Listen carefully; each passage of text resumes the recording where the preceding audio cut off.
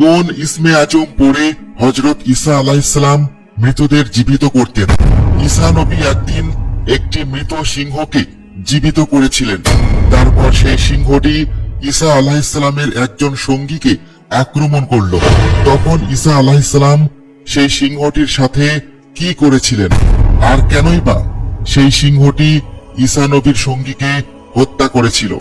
এই ঘটনার মধ্যে আল্লাহর কি হিকমত রয়েছে? একদা হযরত ঈসা আলাইহিসসালাম কোথাও গমনের উদ্দেশ্যে রওনা হয়েছিলেন। পথি মধ্যে এক লোক তার সঙ্গী হলো। তারা একত্রে হাঁটতে শুরু করলো। লোকটি ছিল অত্যন্ত বাচাল প্রকৃতির এবং আহাম্মক স্বভাবের।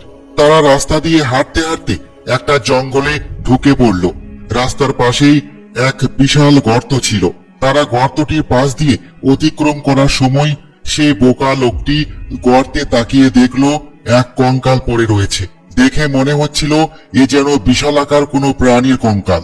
লোকটি হযরত ঈসা আলাইহিসসালামকে জিজ্ঞাসা করলো, হে নবী, বলুন তো এটি কার কঙ্কাল হতে পারে?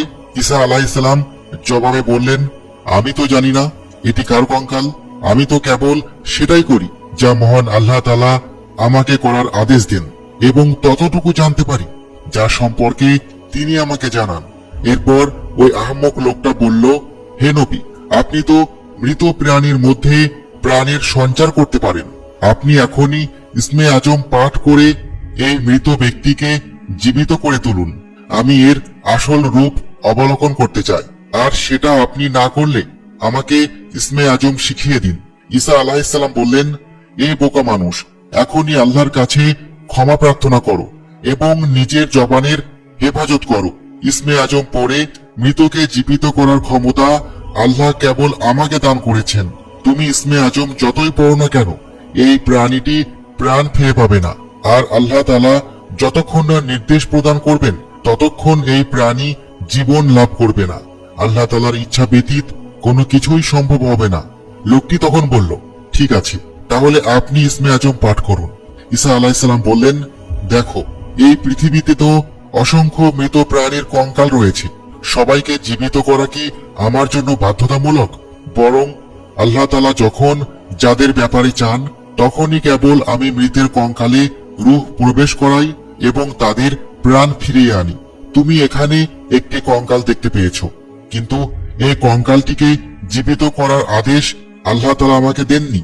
এটা শুনে লোকটি ভীষণ রেগে গেল। সে নবীর সাথে বাজে ব্যবহার করতে থাকলো। সে এতটাই আত্মনিয়ন্ত্রণহীন হয়ে পড়ল যে নবী যেভাবে ইসমে আজম পাঠ করত সেভাবেই ইসমে আজম পড়ে ওই কঙ্কালের উপর ফু দেওয়া শুরু করলো। সে তীব্র প্রয়াস চালিয়ে যাচ্ছিল মৃত কঙ্কালে রূহ ফিরিয়ে আনার। হযরত ঈসা আলাইহিসসালাম খুবই অসন্তুষ্ট হলেন তার এইরূপ কর্মকাণ্ড দেখে। সে আল্লাহর কাছে দোয়া করলেন, হে আল্লাহ তাআলা, এই বোকা অবুঝ লোকের কর্মকাণ্ডের পেছনে কি তোমার কোনো হিকমত লুকিয়ে আছে?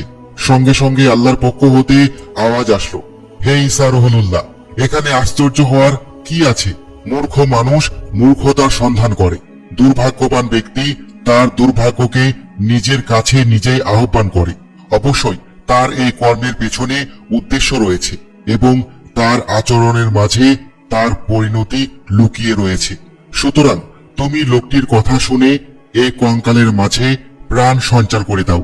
আমি তোমাকে আদেশ দিচ্ছি। হযরত ঈসা আলাইহিসসালাম আরো একবার লোকটিকে বোঝানোর চেষ্টা করলেন এবং বললেন, দেখো, তোমার এই আচরণ জেদ একদম ঠিক নয়। আল্লাহর হিকমত শুনে মনে হলো এই প্রাণীকে জীবন দান করা কল্যাণকর হবে না তোমার জন্য। কিন্তু লোকটি তার কথা বোঝারই চেষ্টা করলো না। সে পূর্বের তুলনায় আরো খারাপ ব্যবহার শুরু করলো। সে বলল, আপনি দ্রুত এর মধ্যে প্রাণ সঞ্চার করুন। আমি দেখতে চাই আপনি সত্যিই কোনো মুজিজা দেখাতে পারেন কিনা। এরপর বিদ্রূপের সুরে বলল, হে নবী, আমার মনে হয় আপনার জিহ্বা মোবারক আগের মতো স্পষ্ট তেলাওয়াত করতে সক্ষম হচ্ছে না। এই কথা শোনার পর ঈসা আলাইহিসসালাম অত্যন্ত কষ্ট পেলেন এবং সেই সাথে প্রচন্ড রেগেও গেলেন। এরপর তিনি আর কিছু না বলে জোরে জোরে ইসমে আজম পড়ে কঙ্কালে ফু দিতে লাগলো। সে ভেবেছিল এই কঙ্কালটি বোধহয় কোনো মানুষের হবে, কিন্তু সে ভুল ছিল।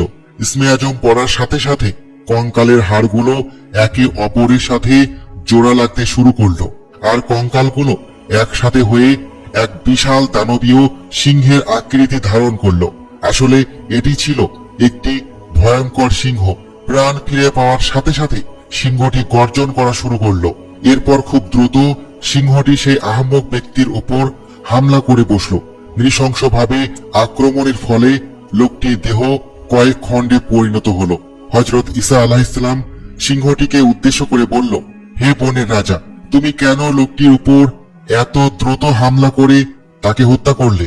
কিন্তু তুমি হত্যা করার পরও কেন এই লোকটির মাংস ভক্ষণ করলে না?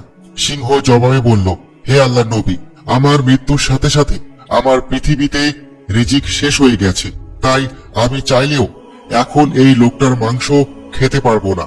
আর এই লোকটার মৃত্যু আমার আক্রমণের ফলেই হবে, এমনটাই তার ভাগ্যে লেখা হয়েছে। আর এজন্যই আপনি আমাকে জীবিত করেছেন। আমি যেদিন মৃত্যুবরণ করেছি সেদিন থেকেই পৃথিবীর সকল রিজিক আমার জন্য শেষ হয়ে গিয়েছে। এরপর সিংহটি আবার আগের অবস্থায় ফিরে গেল। ওই গর্তে কঙ্কাল পড়ে রইল।